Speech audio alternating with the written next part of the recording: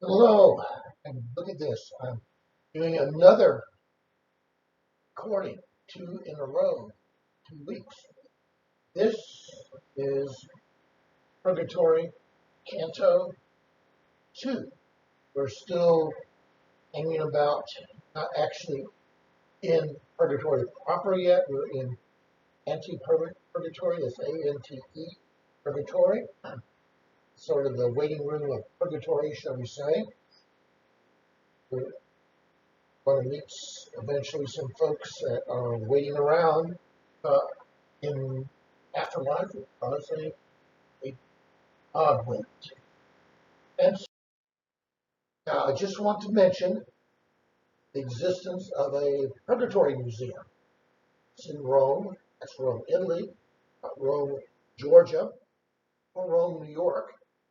And here it is, located in the back of this church on the banks of the Tiber, tiny century-old Piccolo Museum del Purgatory, or Little Museum of Purgatory, owns a collection of Bibles, prayer books, tabletops, and articles of clothing said to have been singed by the hands of souls in purgatory. Victor Jolet, a collector and French missionary, was supposedly inspired to build this purgatorial museum after a fire destroyed a portion of the original church, leaving behind the scorched image of a face he believed to be a trapped soul. The museum's small collection of objects is contained in a single glass case. We see the single glass case. As far as what we got here, it's a bit of a story. The museum came about through the activities of a French missionary priest, Father Jolet. There's a painting of Our Lady of Rosary, and it caught fire due to the candles that surrounded it. Bystanders claimed to see the face of a man in the burning walls of the altar. Father Jolet was convinced that this was a message from a soul whose body was buried in the area and decided to build a church in that place to pay tribute to the souls in purgatory. Among the items on display is a nightcap of a man who discovered his deceased wife's handprints on it, asking him to pray for her. Another amazing item is a book belonging to a woman whose mother-in-law reportedly appeared to her and asked for 2 masses in her honor. After that wish was fulfilled, handprint was found on the book as a message of thanksgiving. Other exhibits include a book with handprint on it from a deceased priest and many other interesting items. If you want to know more, you can read from this website right here, CatholicTravelGuide.com. Some other interesting places to visit as well.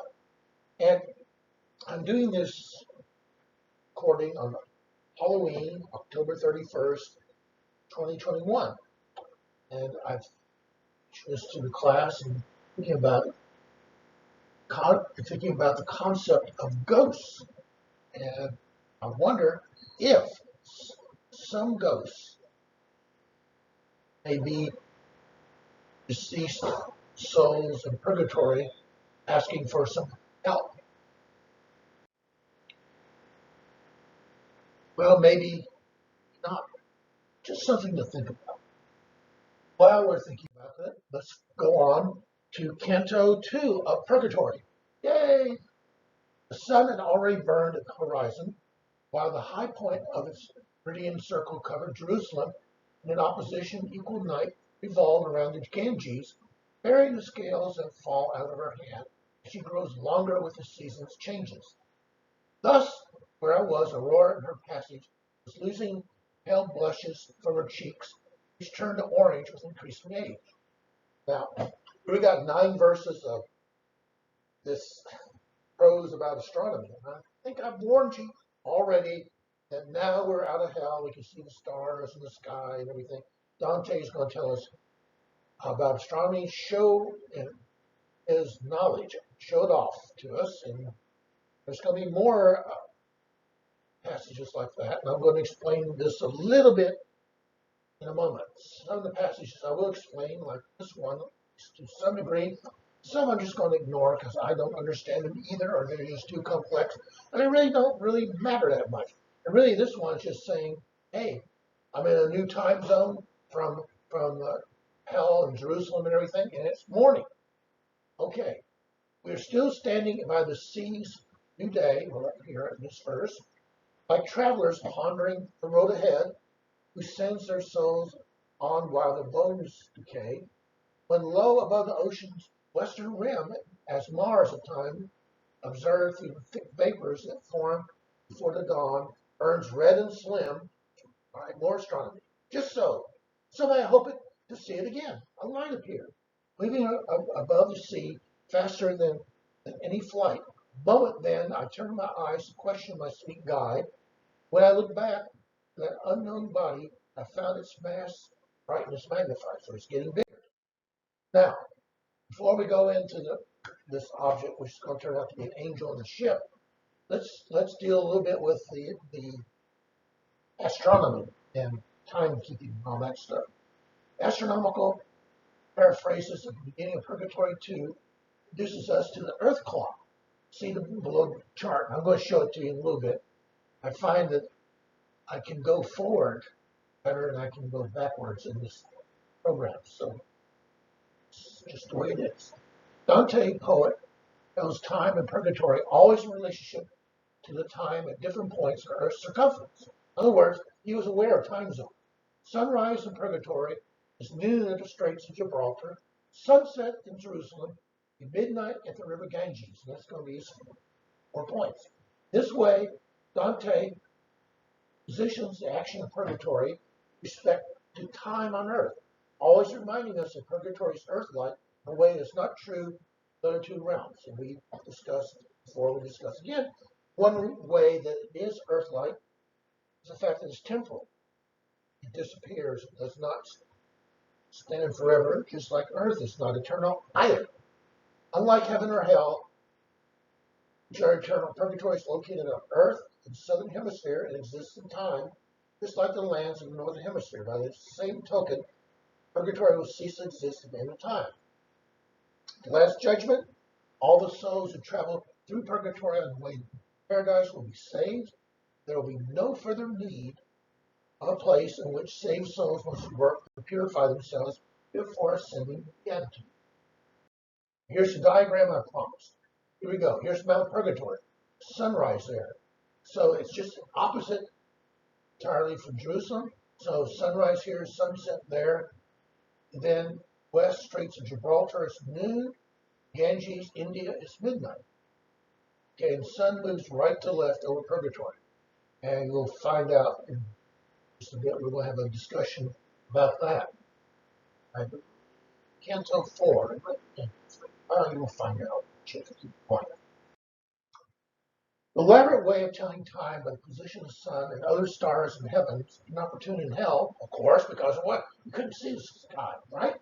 Where the silence of the sky is denied to travelers, we have a frequent feature of purgatory. 4 points of reference are here and other occasions Jerusalem, site of crucifixion, thus the most significant point on earth, Ganges, 90 degrees to the east, Antipodes 180 degrees to the south, Cadiz in Spain 270 degrees around the circle of the meridian.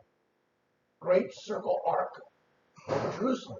This makes a right angle to its intersection with the plane made by the equator, which extends into a similar grand circle arc known as the horizon. Each of the 4 equidistant points covered by the meridian is 6 hours from the other. Thus, we are told that it was 6 p.m. in Jerusalem, midnight over India, dawn here in Antipodes. The location of the noon is left unexpressed, but we can understand that it is in fact over Cadiz.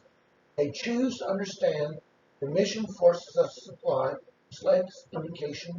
Perhaps consider that it was the place associated with Ulysses' departure on his mad flight. Okay, remember that from Inferno 26. We're going to get lots of Ulysses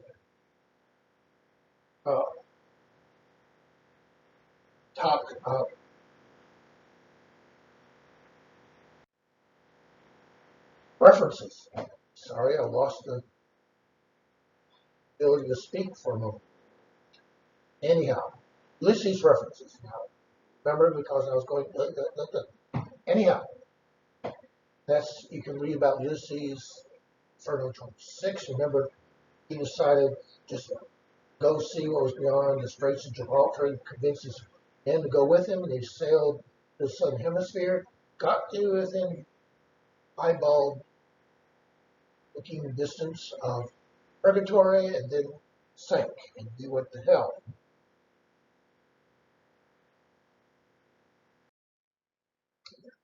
All of these fundamental principles are implied by the simple narrative expedient telling time of purgatory in a way that always coordinates with time on earth. We living humans share both space and time with the dead souls of purgatory. Spatially, living humans dwell in a land-filled northern hemisphere of the globe we share with purgatory. Now the purgatory is located in the watery southern hemisphere, the antipodes of Jerusalem, which is at the center of the northern hemisphere. Air we breathe on earth is the same air that the souls of purgatory no longer need because they're spirits. Both northern and southern hemispheres exist in time. Long astronomical periphrasis that opens this canto is a way of communicating that time is a constituent feature of this realm, just as it is on earth. So the sun's going to rise and set. We will see as we go through purgatory. Most of all, in terms of the melancholy sweetness that suffuses the second realm, especially the open candy. Earth clock is a punctual reminder of the umbilical cord that connects the souls of purgatory, those they left on earth. Okay, so the early canti of Purgatorio are awash in nostalgia for humanity's experience on earth, non-sublimated corporal of the living. And hence we will encounter in this canto a dead soul, encounter him in the later part of the canto, who seeks to behave as though he's alive. Canto after canto, dead souls we encounter on the lower shoulders of Mount Purgatory, first 8 cantos of Purgatory, remember, virtually caress their human bodies with palpable nostalgia and affection.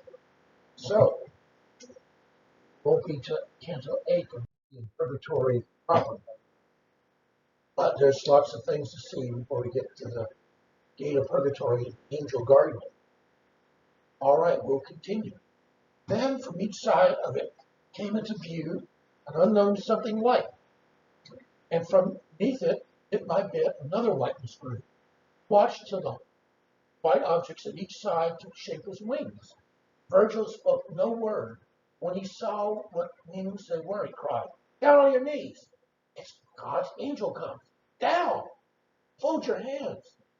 Now on you shall see many such ministers in the high kingdoms. See how he scorns man's tools? He needs no oars, nor any other sail than his own wings to carry him between such distant shores. See how his pinions tower above the air, pointing to heaven. They are eternal plumes and do not molt like feathers or hair. Then, as this bird of heaven closed the distance between us, grew brighter and yet brighter, till I could no longer bear the radiance. Bowed my head. He steered straight for the shore. The ship, so light and swift, drew no water, could not seem to sail so much as soar.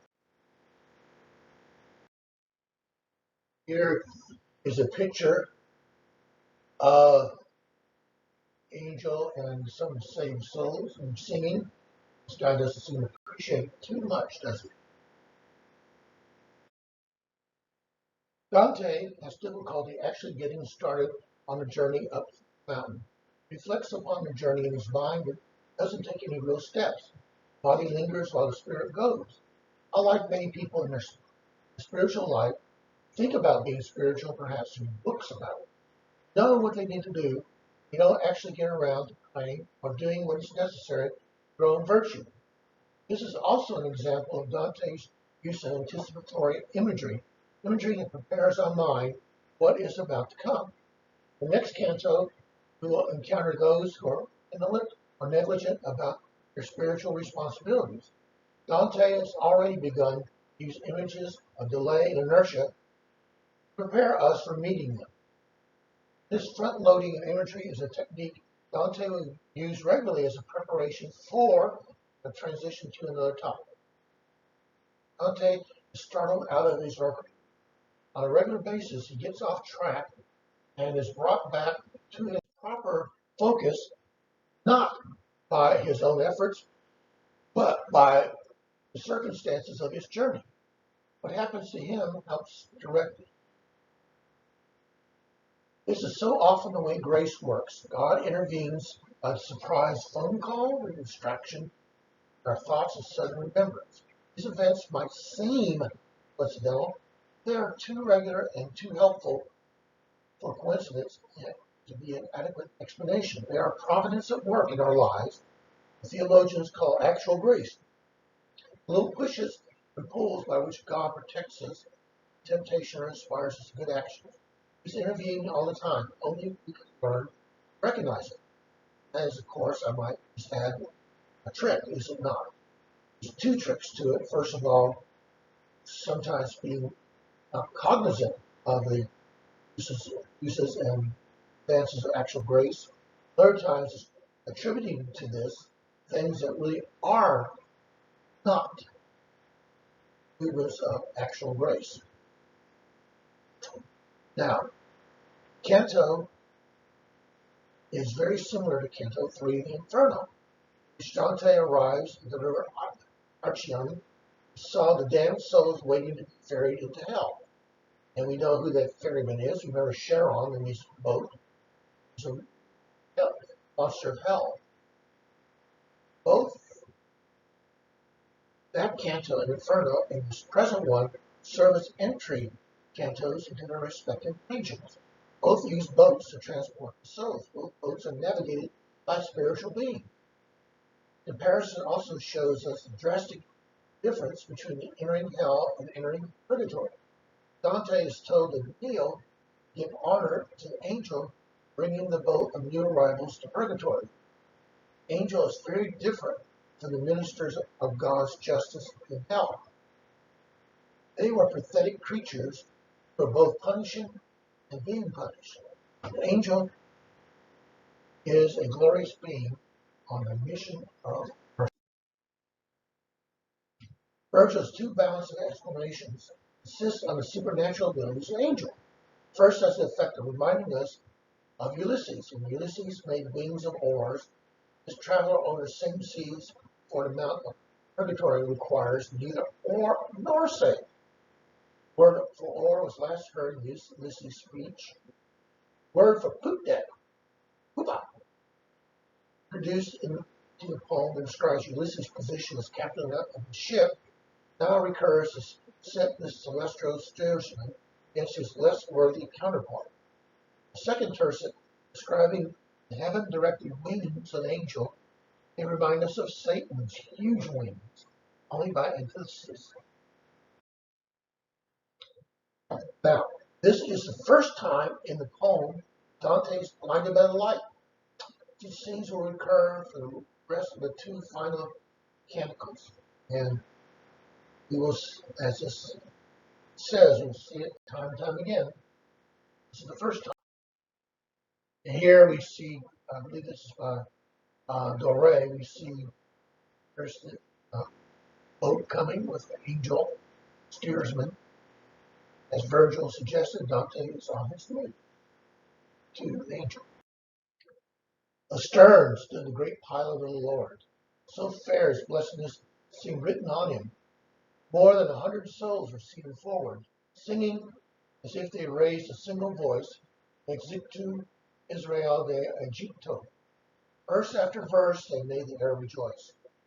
The angel made a sign of the cross, and they cast themselves at his signal shore. Then, swiftly as he had come, went away. The throng he left seemed not to understand what place it was, stood and stared about like men who see the first of a new land. The sun, who with an arrow in each ray had chased a goat out of the height of heaven, and each hand was shooting forth the day. When those new souls looked up where my guide and I stood, saying to us, "You know it, show us a road that climbs the mountainside." Virgil replied, "I think perhaps we too have had some long experience in this place. We are pilgrims also come before you." Now we're going to mention the Latin verse here, Exictu Israel, that is Psalm 114,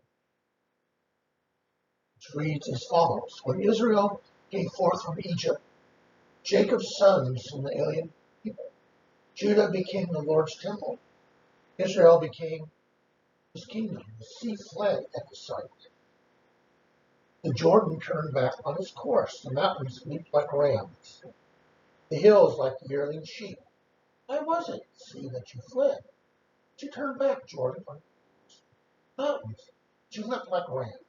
Hills like yearling sheep. Tremble, O earth, for the Lord. The presence of the God of Jacob turns rock to a flint into a spring of water. This is what they were singing. This is the first time we have people singing. No one's saying no, obviously. We're going to see singing time and time in purgatory and certainly paradise. This is the first song, and it's very appropriate. As we know, there are several ways to interpret the same verse of Scripture, and each verse of Scripture in the Bible has multiple meanings and multiple levels of meaning. And for example, the Exodus, the departure of the Israelites from Egypt, has the literal meaning of the group of Hebrews leaving Egypt, having the miracle in the Red Sea, and ending up in the Promised Land. There's also a allegorical or spiritual meaning too, where it applies to all of us, to the present day, which Egypt is symbolically land of sin, that we're enslaved to sin, get well fed, all that, but we're still enslaved to sin. Crossing the Red Sea through baptism, then the rest of our life we're wandering around in the wilderness, sometimes getting really upset with God or our spiritual leaders. Then, when we die, we cross the River Jordan into the Promised Land, which is heaven. Thus, this is a marvelous first song to be sung for the first people we see arriving in purgatory. Now, at this point, when I did this live, I had a Vivaldi rendition or edition of this song. Played it. So, as I told you last week, I'm not putting in YouTube videos anymore, at least not for a while, because I'm tired of all the copyright claims. I'm sure I'll get copyright claim, be all kinds of this and that, having to deal with that. So I'm just leaving it out. You can go on YouTube and put Vivaldi and Psalm 114 or in Exictu Israel Egypta, find it. Anyhow, let's look at this angel a little bit more. Like the heavenly messenger of this angel, after blessing his flock, also moves away from those as quickly as possible. On this occasion, not from disgust at the place in which he finds himself, but to return to Ostia for more saved souls. And this is where the boat starts. Ostia is the port city of Rome. The souls fling themselves upon the shore, just as the damned fling themselves upon Sharon's boat, but with key elements in the scene significantly reversed, though both groups are spurred by the desire for justice. And we see another print of Angel and Dante and Virgil. Only by a very little, though by a way so steep, so broken, and so tortuous, the climb ahead of us will seem like play. Throng of souls observing by my breath, I was still in the body I was born to, stared in amazement, and grew pale as death. As a crowd eager for news will all but smother a messenger who bears olive branch, not care how they trample one another, So these, each one of them was so elect, pushed close to stare at me, well nigh forgetting the way to go make their be perfect. One came forward and embraced me. His face shone with such joyous love that, seeing it, I moved to greet him with a like embrace. Oh, solid seeming shadows! 3 times there I clasped my hand. 9 times I drew them to my breast. Here, amazed, I must have lost all my color then. He smiled tenderly and drew away. I lunged forward as if to try again.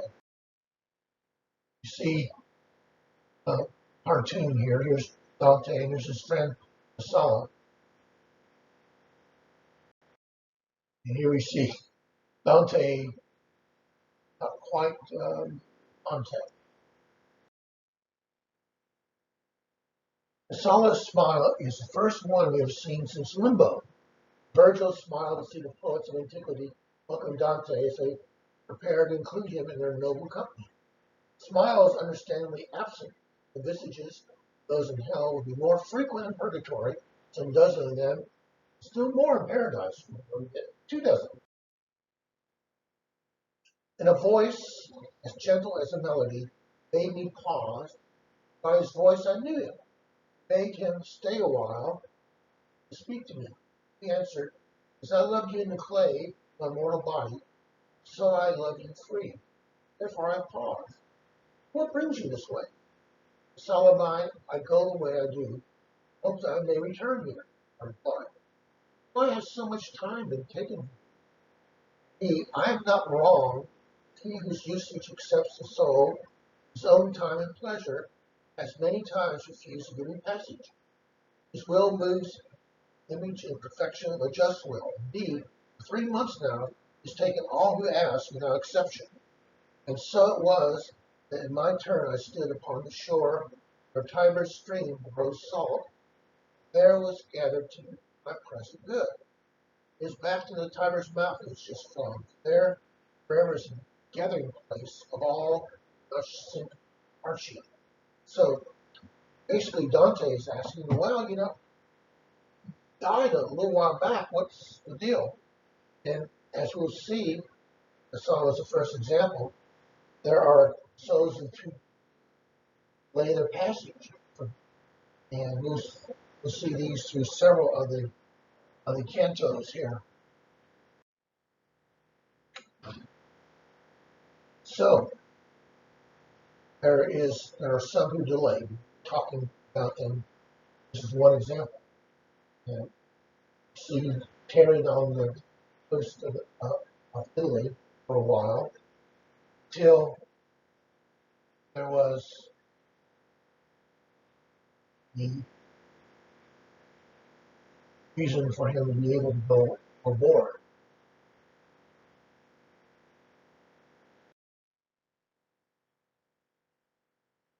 Now we can read from Spiritual Direction from Dante. You can see several passages I've used already. Spiritual Direction from Dante by Paul Pearson. And read starting right here. Dante's friend Casala has only arrived in purgatory because of the special graces offered in the Jubilee year of 1300. Special indulgences are offered during the Jubilees, which are usually applied to souls of the dead. These indulgences are the Church's way of assisting its members by the merit of the good works of Christ, these holy ones, by chipping in to help a friend pay off a debt. The Church uses indulgences to help its members make restitution for sins that have already been forgiven. We help do this whenever we offer things up for the souls of purgatory. Sala would not be where he was without the assistance of the indulgences of the Jubilee year. David, despite Dante's arguments in the church and political matters, believes deeply in its spiritual power. Sala is here because of the power of the church to loosen sin. I'll give you the keys of the kingdom of heaven. Whatever you bind on earth shall be bound in heaven. Whatever you loose on earth shall be loosed in heaven. This, power divinely bestowed. Casala's starting narrative at times escapes the sort of attention it requires. This is from Hollander. I mark it, but this is Hollander, his commentary. I should say his and her commentary because his wife also works as partner in this translation. And this is what we learn. For the Jubilee year, plenary indulgence, announced by Pope Boniface in February 1300, attracted the Christmas of 1299. All those king in the region around Ostia, where the ships of the saved are gathered, and to await the pleasure of the angel taken aboard the ship that we have just seen Casala and others disembark from. Before December 25th, 1299, Casala is denied many times a seat on the ship. Forced to understand he was not gifted with a particular energetic desire for God. That is, he was a perfect brother to Dante. The Canto, a man like those who think about the way and their hearts go on, while still their bodies live. Purgatory is thus divided in three spaces. This is important to see. Down in purgation itself, anti-purgatory, where we're at now, and pre-anti-purgatory, located somewhere never described, but at or near Ostia. The laws of this place themselves, the laws of this place themselves underwent a change in late 1299. After that date, anyone wanted to depart from the Holy Land accommodated by the angel. Dante had apparently no authority but his own, decided that very indulgence for sinners extended their souls to justified death as well. This required that we understand that during the past 3 months, Casala did not want to travel south towards heaven. His behavior once he arrives at the shore, however, this is not totally surprising. Finally, precisely 3 months after merciful he was made, he decides he wants to leave. The date is 25th of March, 1300, Florentine New Year. Is it a coincidence that this most likely date for Dante's journey is also that on which Casala probably set out?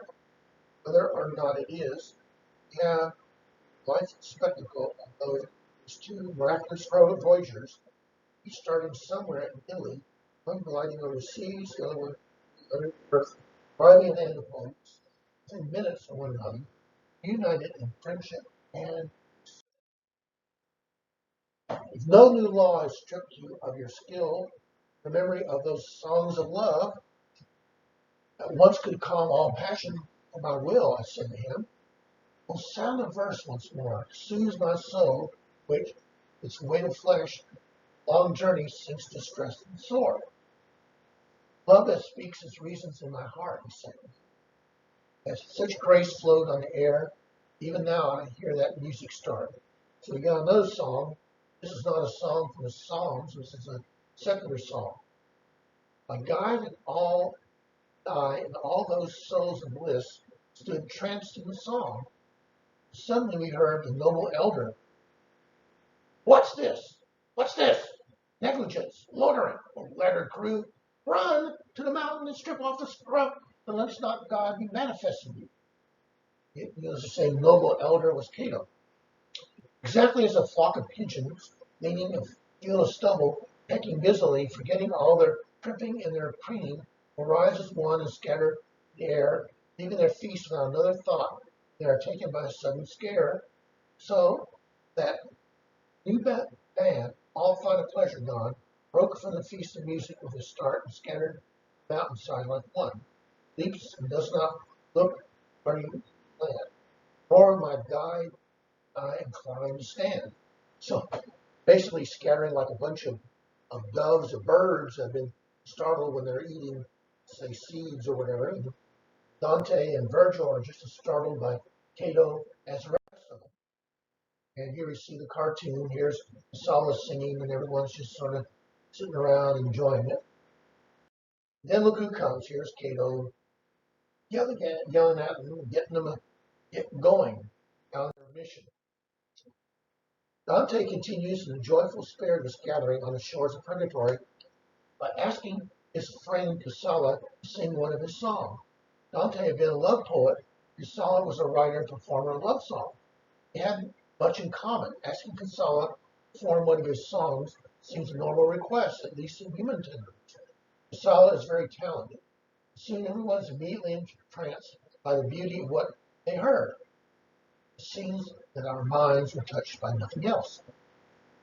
Cato reprimands his souls for listening to a song, not because it's something evil, because it's distracting them from their purpose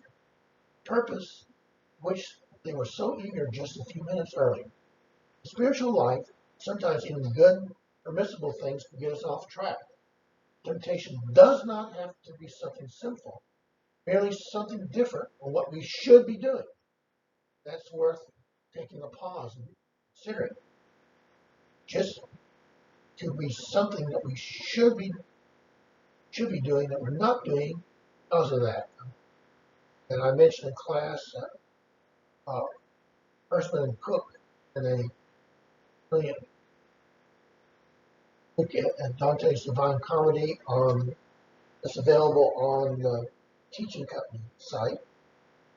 And one of them mentioned that when he was a graduate student working his PhD, he had this long typing and researching project to do. And he was working on it, and then all of a sudden decides to go clean his bathrooms. And cleaning the bathrooms is nothing wrong with that, but it's most certainly something he should not do. It's actually, as he put it, a species of sloth. Not because it's wrong in itself, but because he should be writing his paper and not doing this. Salvation isn't something passive, listening, but requires our own activity. We need to focus on climbing the mountain. Heaven, words of St. Philip Neri, isn't made for sluggards. Reprimand is particularly fitting as we prepare to meet inland. They've wasted precious time on earth rather than making real spiritual progress. Time is precious. It has been given to us to make progress for salvation. While it's a bit eye-rolling that Casala just happens to start singing one of Dante's own verses, to be fair, Casala did in fact set many of Dante's poems to music. The particular song he chooses is in fact apt. Love that is deeps in my mind, my lady desiring, often moves in me things of her, lead the intellect away, astray. Again, there's a warning here, I think. Canzona in question overlaps life of love and life of the mind. The overlap will in time develop into love, moves the sun and other stars. Here contrasts with, for instance, Francesca's conception of love, almost purely erotic terms. Her single love / single death is appropriate to a place where souls and thoughts and, well, I think it's isolated from everything else. Now that we are in purgatory, new logic, if you will, change, which blending of those things, which one might assume to be distinct, erotic and philosophical, is not only acceptable but desirable. Blending of reason and love is the first step up the mountain, first gesture towards understanding the mystery of the moral universe that, as we see, previous canto, is neither rigid nor merciless. This will be the dynamic of purgatory. Love of two friends who embrace each other, only to find their hands coming up empty. Beauty of the love song the souls linger to listen to, only to find that they are late for their appointment with paradise. Here we see the failures, corrections of attempts to embrace the human. It's purgatory, after all. There's a job to do. For the failure and correction, Dante employs beautiful language to describe and indeed caress the warmth of human affection and the beauty of human art.